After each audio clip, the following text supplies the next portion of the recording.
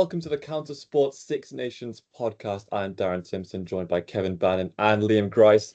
And guys, the Six Nations has been blown wide open. England goes second in the Six Nations table and are in contention for the title. Kevin, however, Ireland, what happened there on Saturday against France? They go 2 points behind the table leaders with a game left.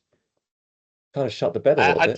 I think what happened is what I predicted when we did our prediction pod, right?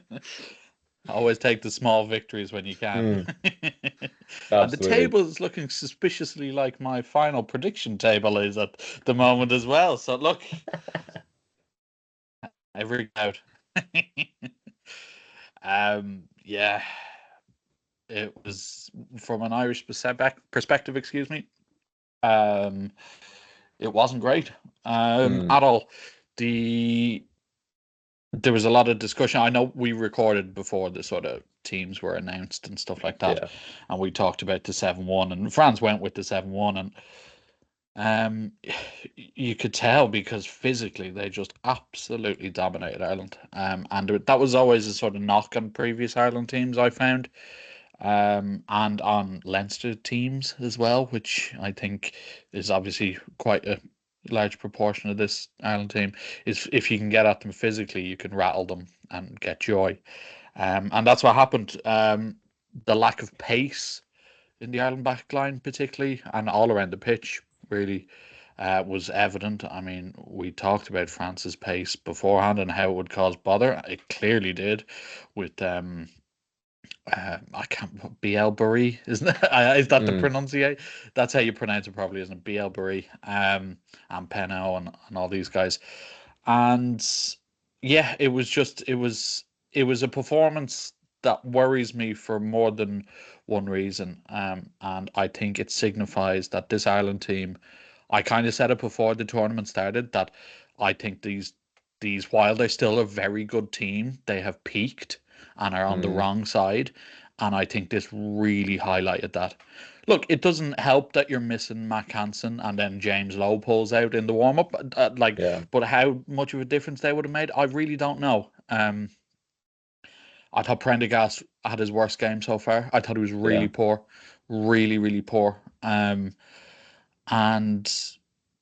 it's like France did this without Dupont, which I was going to come to him eventually. And to be clear, I don't think it's malicious. You might disagree with me. I think it's just a clear out that happens, and the deciding commissioner agrees. I know Galtier was kicking up a storm in his post match presser, but it is sad. I think just for the game, I expect France to win it now, and the fact that he won't be there, participating in the final game is tough. But yeah, from an Ireland perspective, a worrying performance.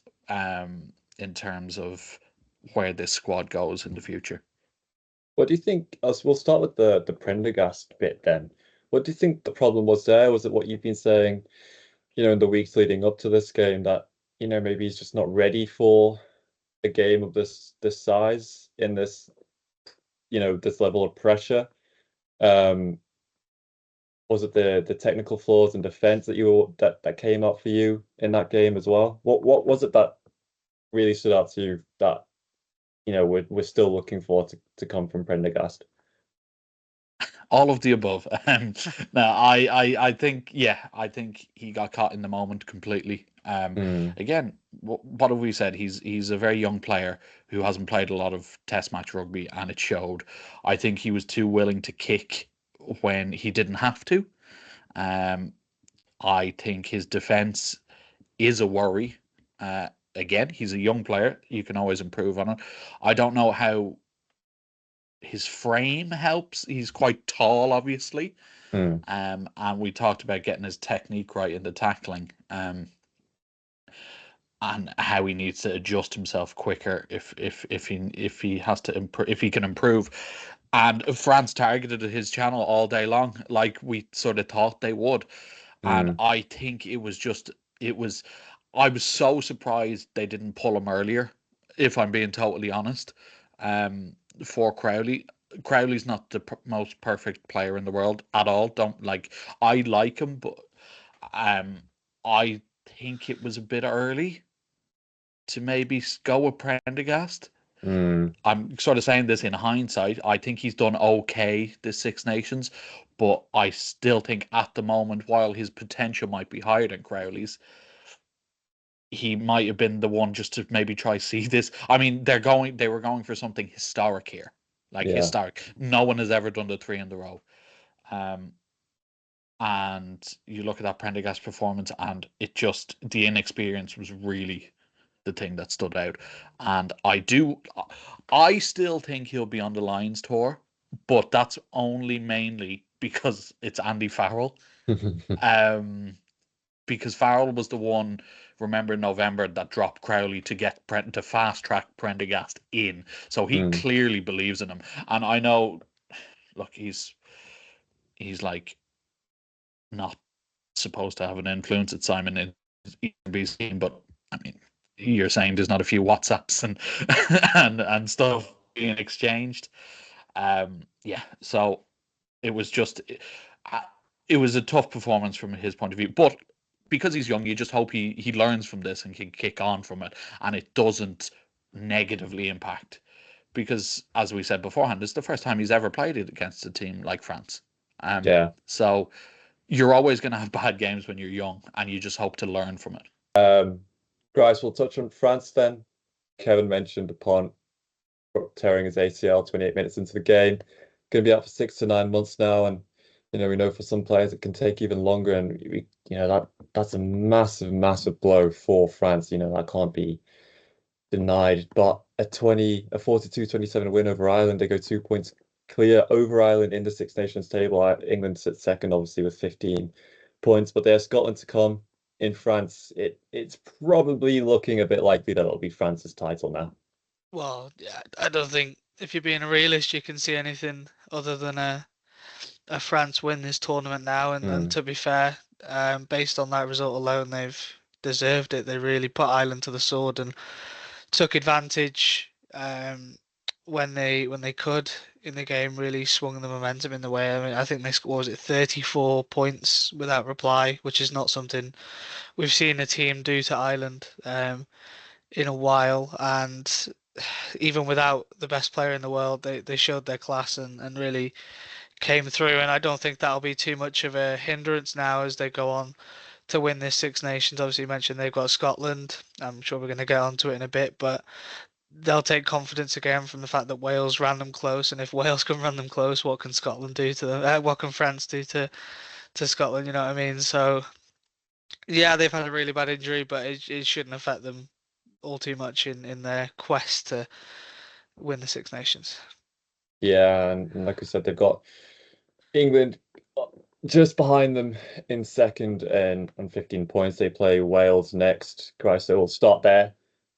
England obviously beat Italy 47-24. Marcus Smith dropped. Like Kevin said, we recorded the podcast maybe a bit too soon because that could have been a talking point for our potential Lions tour chat. But anyway, Wales on the other hand lost to Scotland very narrowly, 35-29, but maybe the scoreline looks a bit better for Wales than the game potentially. Do you see England running France close there? Do you think England could potentially nip the title away from France? I don't know what do you think you'll be able to cause England enough problems that you'll win that game? What's your look ahead to next weekend? It's an interesting one, isn't it? Because I mean, from our perspective, it's in our hands now to stop England winning the Six Nations, which is no greater honour. But I just think the way France have come through the challenges and dominated the majority of their games this tournament, and the fact they have an easier game on paper because, okay, Wales are rubbish, but it's England at the end of the day. Form goes out the window for games like that. Even when we were terrible like a year or so ago, we ran them close. So I don't know what to expect. I'm sure we'll get onto that. But I think France will take confidence in the fact that Scotland did look a bit vulnerable at times against Wales. And if a team like us can exploit it, then, as I said before, France can definitely have a go at this Scotland side. And I don't really see anything other than maybe a bonus point win for France against Scotland because they've got nothing to play for now. France have everything to play for. They looked great against what I believe is the best side in the tournament in Ireland. So I definitely have faith in them to win against Scotland and go for the Six Nations. Yeah, we'll stick with you for Wales. What did you make of the game against Scotland at the weekend? Like I said, the scoreline perhaps flattered you guys a little bit. Jack Morgan. he's gonna get Liam's player of the tournament when we do it. Honestly, I'm not. Yeah, I keep seeing this everywhere. He makes you proud to be Welsh, given how well he plays, given our current woes. But it was I keep saying this every week. It feels like it was another good performance. We just couldn't get it over the line, and it's becoming a little bit boring now. Me saying that, but I mean, I don't really want to get into controversy too much, and maybe I'm being blindsided by a bit of bias, but is that rule not just taking the fun out of scoring tries? And he's not done it dangerously. He's jumped to the side as well. He's not just directly jumped over him. And he's ruled out, in my opinion, a pretty good try. And if we'd have got that try, we scored another one after it, I do think we maybe could have been on for a ending the 16-game losing streak. But it's all if, buts, and maybes. Wales did play well. Scotland played well for the large majority of it. And then I think they just got a little bit complacent towards the end. And like you said, Darren, it allowed us to sort of close the gap in terms of point and make the score a bit better for us. We got 2 bonus points, which could be a thing going into the last game if we can get one against England somehow, and then we can not finish last. But I really don't see that happening. But hopefully we can culminate all of the good aspects of all of our performances in the last 4 games and turn up against England and ruin their chances of winning the Six Nations. We'll talk about the jump then as it is a talking point. I'm just going to play devil's advocate, and Kevin, you can jump in if you like as well. It is obviously nice. I'm glad you got it. It is obviously a law that's been around for a very long time in rugby. I agree with a lot of what I saw, which was if you allow a jump in rugby over a tackle, do you not then have to include tackling in the air?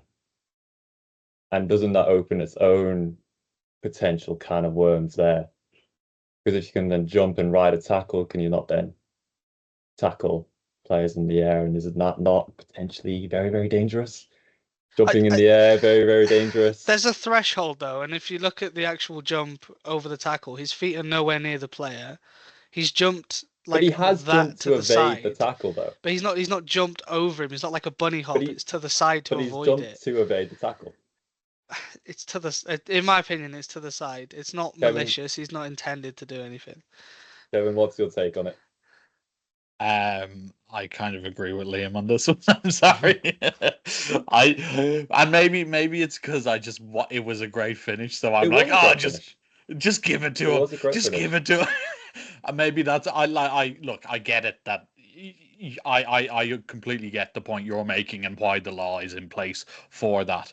It is a safety issue at the end of the day, but is there an element of, I know it kind of looks cool, so just give it to him. I know, which isn't like, that wouldn't be very rugby now. That wouldn't be very proper at all. Because if Sarah says it's against the laws of the games, then we have to respect Sarah's decision. But nah, it's bollocks. Just give him the try. So we should bring in helmets in rugby. Is that what you guys are saying? Oh yeah, 100%. They don't. The rugby are going out their way to make head injuries worse. So why not bring helmets? Yeah, well, you say that, but they disallowed a try for a player jumping, which would have potentially hit a man in the head. We'll move on to Kevin. Let's move it on. Kevin, England, Marcus Smith. What did you make of the call by Borthwick? Pretty ballsy, you'd have to say, to drop Marcus Smith for a game he probably would have really wanted to play in. Yeah, pretty ballsy. I was surprised. Could you say he's vindicated because of how the game went? Mm. Maybe. But yeah, it was very strange. Because I know he's playing out of position, and I think he's done okay since he's been there. Um, so, but clearly, clearly Borthwick either isn't a fan of his personality or doesn't think he's doing a good enough job at either of the positions to warrant a start. I don't know. But England, I thought looked good. It was nice to see them keep the ball in hand and not just boot it away every chance they got. So yeah, I thought they played well, and to be fair to them, they're unbeaten obviously since the first week. Got that huge win against France, and they go into the last week with a chance to win it. Which, if you'd offered them that at the start, they definitely would have taken it. The Ollie Lawrence injury is tough because he has been really good. He's been really good. We don't know the extent to it obviously yet, but. And again, I thought it was in contrast to Prendergast. I thought Finn Smith played really well as well. I know obviously the original question was about Marcus Smith, but yeah, I was. Look, he'll say I made a decision based on blah blah blah, what factors X, Y, and Z, and again, he can say, yeah, I was vindicated because we won the game and won the game pretty easily. So. Absolutely. I do wonder if that is the plan going ahead. Again, we look forward to the Lions tour. I still think Marcus Smith will go because of that versatility. I think we've said that. Because you always need these people. And when he did come on, he scored a try. So yeah. Maybe we're making mountains out of molehills slightly, but it'll be interesting if he's dropped again for the Wales game. That I will read sort of more into that, because that's a game where you're going in and you want to put the pressure on because you're playing before France.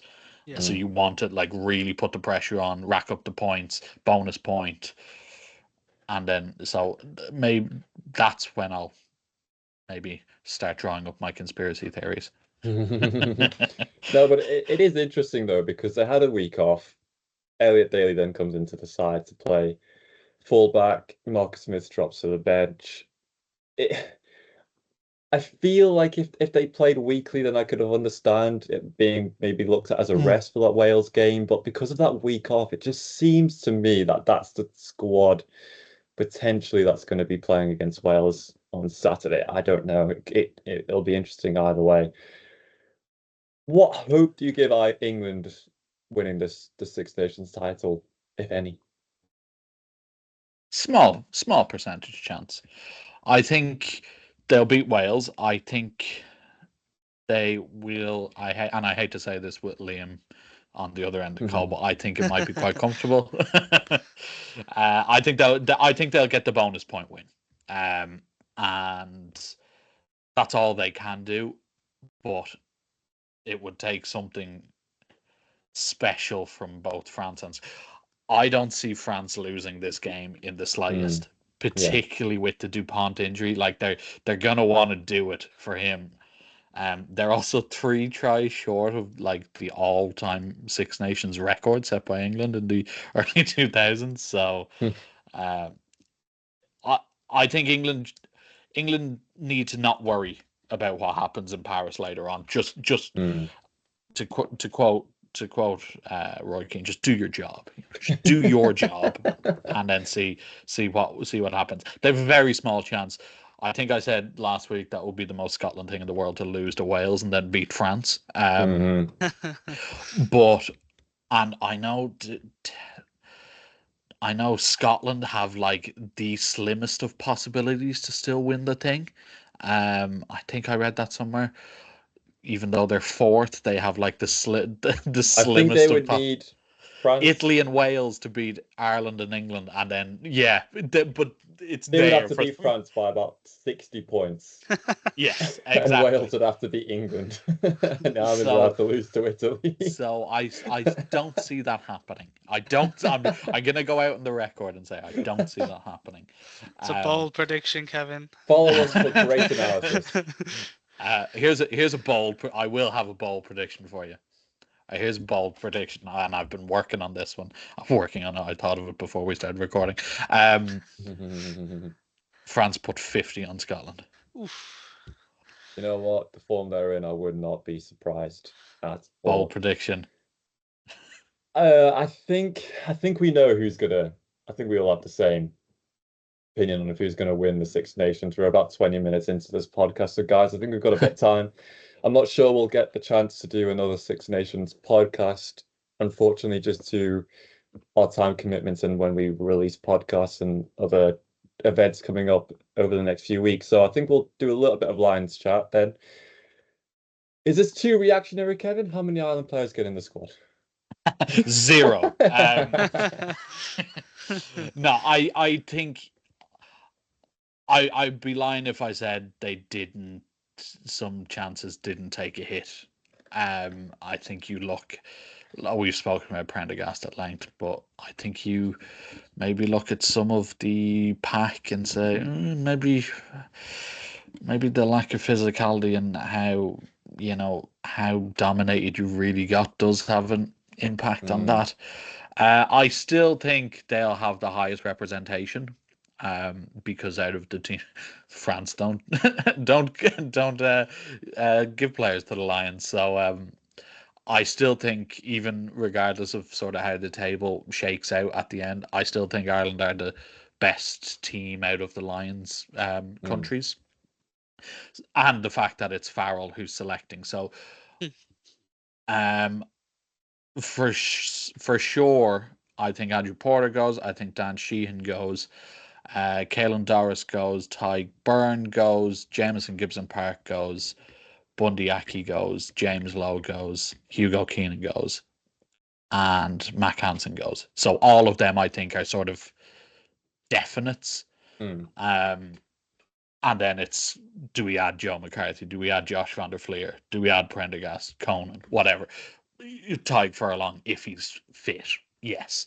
So I still think they'll have the highest representation, although your confidence would be wavering slightly, I think, on some of the players. But look, what do they say in rugby? There's no such thing as mistakes, just learning opportunities. So let's let's hope that. Now, I will say, if Leinster bottle another European Cup, I mean, I have severe doubts about a lot of this then if that happens as well, because you have to be able to get it done sometime, Yeah. And you can sit here and say, oh, they've won 2 championships in a row. Yeah, they have.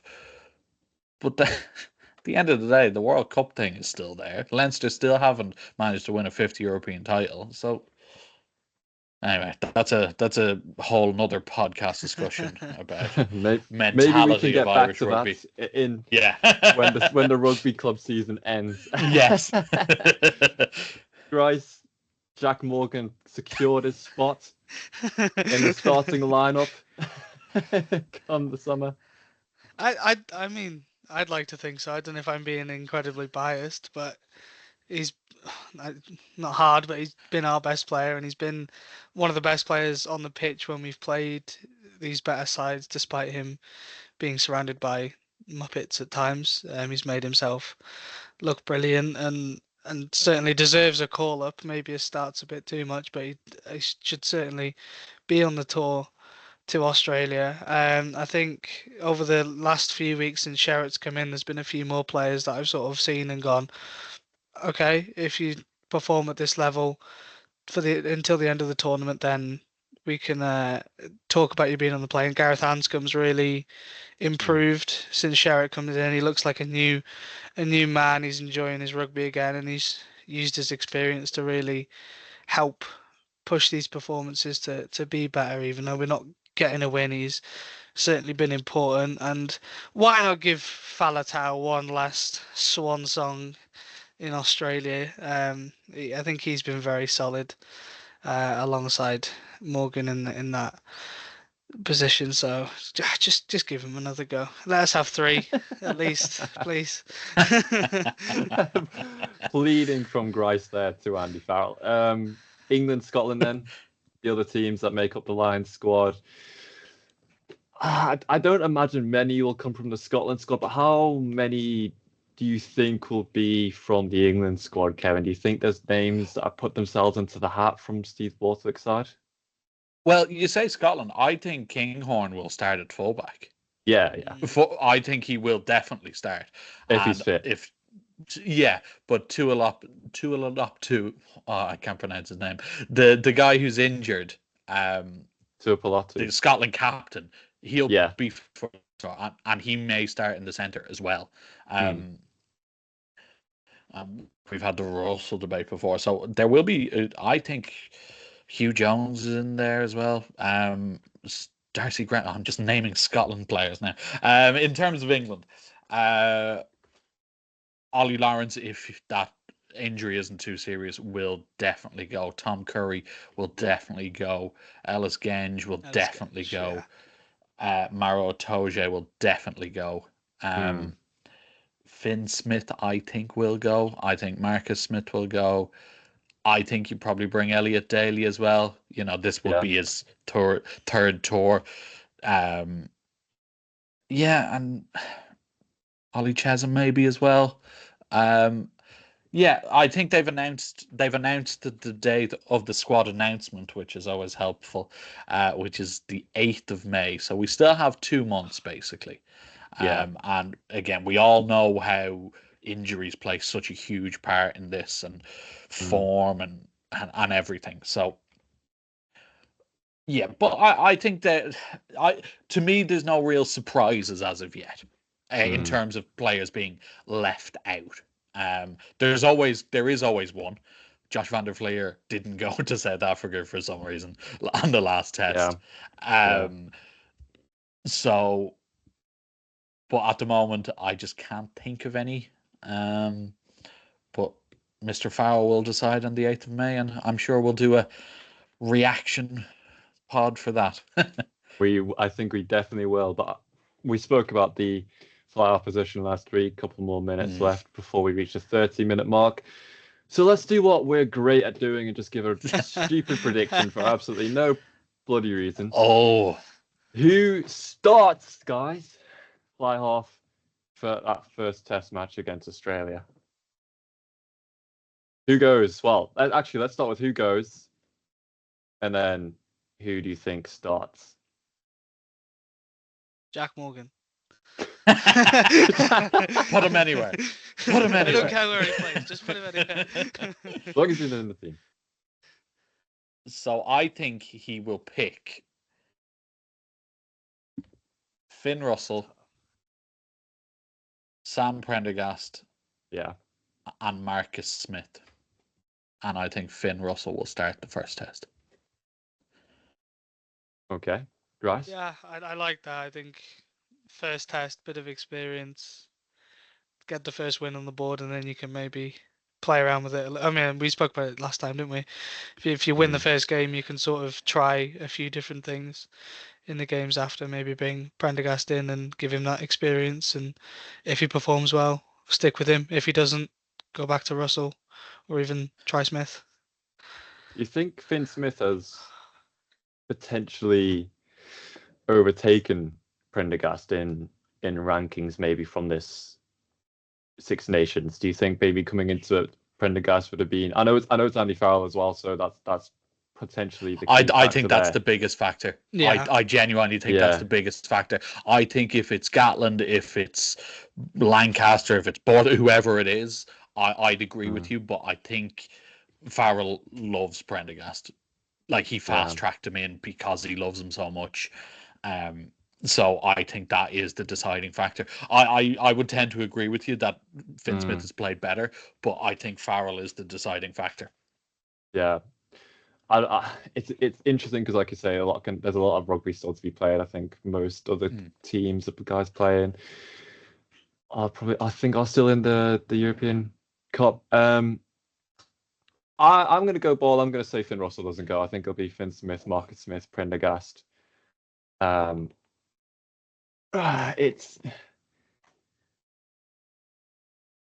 don't know. I just think Finn Russell's time for it has gone. Yeah. And like we were saying last week, I think if you're Australia, I feel is a perfect opportunity to start someone new. And see how they cope. Finn Smith, maybe Prendergast. I don't think Marcus Smith is going to start. I think he'll be a utility player. Yeah, same. I think we all agree with that. But and like you said with Crowley, there's a possibility with Andy Farrell that he takes Crowley. I don't know, man. I really don't know. I don't know. It's a hard one. I will obviously talk about it when it comes around. I just think Finn Russell's chance is potentially just gone. I think his age doesn't help him. I think Australia. I think if it's South Africa or New Zealand, then maybe. But like you said last week, Kevin, I've actually been thinking about it. Do you really want a Finn Russell on the bench? And I don't think you do. Well, yeah, you may as well that just is leave a him factor. in Scotland. It's like what it's not the same, but it's similar to when Gatland didn't take Sexton because he wasn't going to start him, because you don't want Sexton there and not starting. It's not exactly the same because Sexton, I think, can get a bit more grumpier, but it's the same sort of Yeah, but that's why I think he does take him and he starts the first test, because I'd say Farrell would say, look, I'll start you the first test, and if you're shite, you've only yourself to blame. But that's fair enough. Yeah. So, but I could also see what you're saying. I could see that happening too. We're coming to about 35 minutes then. I'll just run through the fixtures. The Saturday, Italy kick off the weekend against Ireland. 2:15, Wales then play England 4:45, and France play Scotland, where they might just win the title in front of their home fans. Thank you, Kevin. Thank you, Grice, for joining me today. I think we've all enjoyed these rugby podcasts. Hopefully we can do a few soon in the future. But for now, thank you for listening. If you're watching on the YouTube, then please like and subscribe if you enjoy it. Any comments appreciated, especially if they're nice. We might ignore them if they're not so nice. We'll see you later. Thank you for listening, and goodbye.